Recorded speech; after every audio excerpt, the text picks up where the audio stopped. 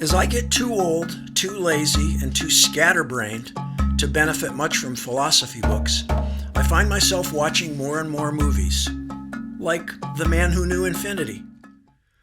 That man was Srinivasa Ramanujan, an Indian mathematician born in 1887. He had little formal training, yet he made stunning contributions in areas of mathematical analysis, number theory, infinite series, and continued fractions, including solutions to mathematical problems considered to be unsolvable.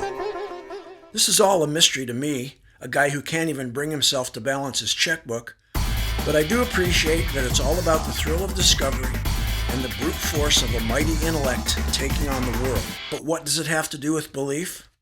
Well, I tend to think of math as a totally cerebral undertaking, very logical, and certainly light years away from supernatural and metaphysical beliefs of any sort.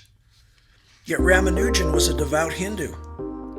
It took him 3 months to inform the Cambridge scholars that he could join them in England because he had to wait for approval from the goddess Namagiri, which came in a dream. Later, when asked where he got his mathematical ideas and abilities, Ramanujan said they came from a goddess.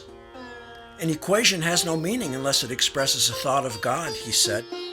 This came as something of a shock to his mentor, G.H. Hardy, a proper British atheist and friend of the great doubter, Bertrand Russell. It must also come as a shock to us, too, if we're Christian, Jew, or Muslim, because according to our monotheistic beliefs, all those multi-armed Hindu deities are simply wild fictions, nothing more than a fantasy or mythology worthy of comic book material, as one source says.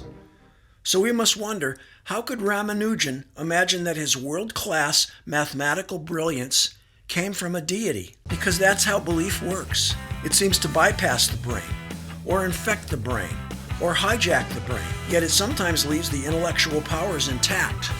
Well, sort of.